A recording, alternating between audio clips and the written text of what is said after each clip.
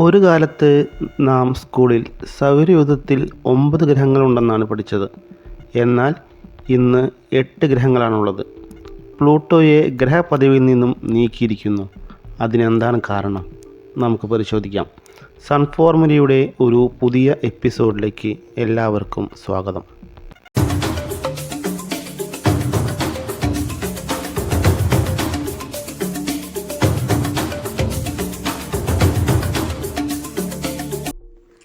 രണ്ടായിരത്തി 6 പ്ലൂട്ടോയ്ക്ക് ഗ്രഹപദവി നഷ്ടപ്പെട്ടത്.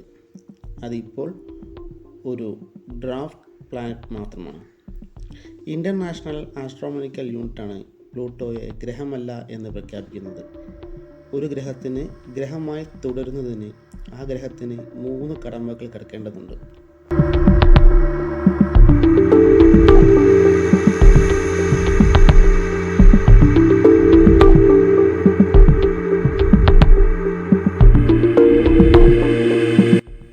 ആയിരത്തി 1930 അമേരിക്കൻ ശാസ്ത്രജ്ഞനായ ക്ലൈഡ് ടോംബോഗാണ് പ്ലൂട്ടോയെ ആദ്യമായി കണ്ടെത്തുന്നത്. ചന്ദ്രൻ്റെ വലിപ്പത്തിൻ്റെ 1/3 പിണ്ഡത്തിൻ്റെ 1/6 മാത്രമാണ് പ്ലൂട്ടോയ്ക്കുള്ളത്.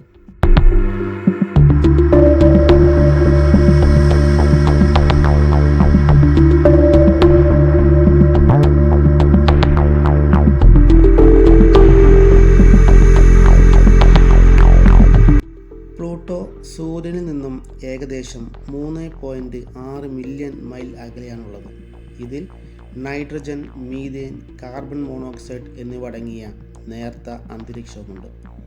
പ്ലൂട്ടോയുടെ ശരാശരി താപനില ഏകദേശം -232 ഡിഗ്രിയാണ്. പ്ലൂട്ടോയ്ക്ക് 5 ഉപഗ്രഹങ്ങളാണുള്ളത്.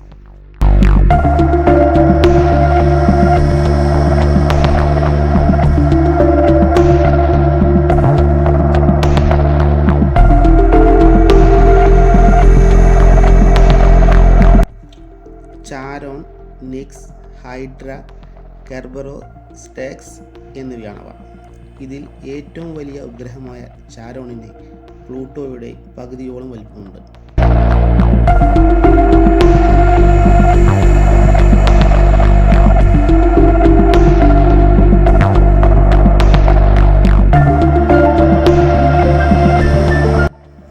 ഒരു ഗ്രഹത്തിന് ഗ്രഹമായി തുടരുന്നതിന് 3 കടമ്പകൾ കടക്കേണ്ടതുണ്ട് എന്ന് ആദ്യം പറഞ്ഞുവല്ലോ.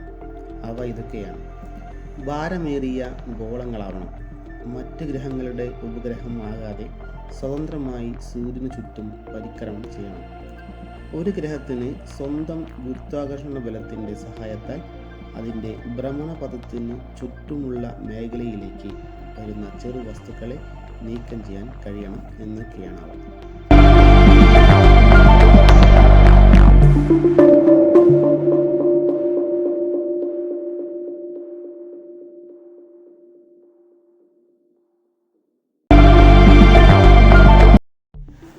ആദ്യത്തെ 2 കാര്യങ്ങളും പ്ലൂട്ടോ പാലിക്കുന്നുണ്ടെങ്കിലും 3ാമത്തെ കാര്യം പ്ലൂട്ടോ പാലിക്കുന്നില്ല. പ്ലൂട്ടോയ്ക്ക് ചുറ്റും ധാരാളം ആകാശ വസ്തുക്കൾ കറങ്ങി നടപ്പുണ്ട്.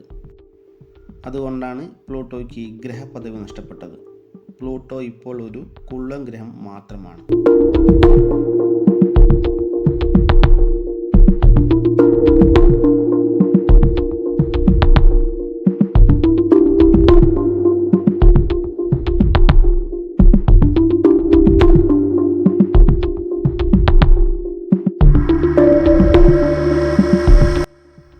ഇതുപോലെയുള്ള സയൻസ് വീഡിയോകൾ കാണാൻ താല്പര്യമുണ്ടെങ്കിൽ ചാനൽ സബ്സ്ക്രൈബ് ചെയ്യുക. വീഡിയോ ഇഷ്ടപ്പെട്ടാൽ ലൈക്ക് ചെയ്യാനും ഷെയർ ചെയ്യാനും മറക്കരുത്. വീഡിയോയെക്കുറിച്ചുള്ള അഭിപ്രായങ്ങൾ കമൻറ്റിലൂടെ അറിയിക്കുക.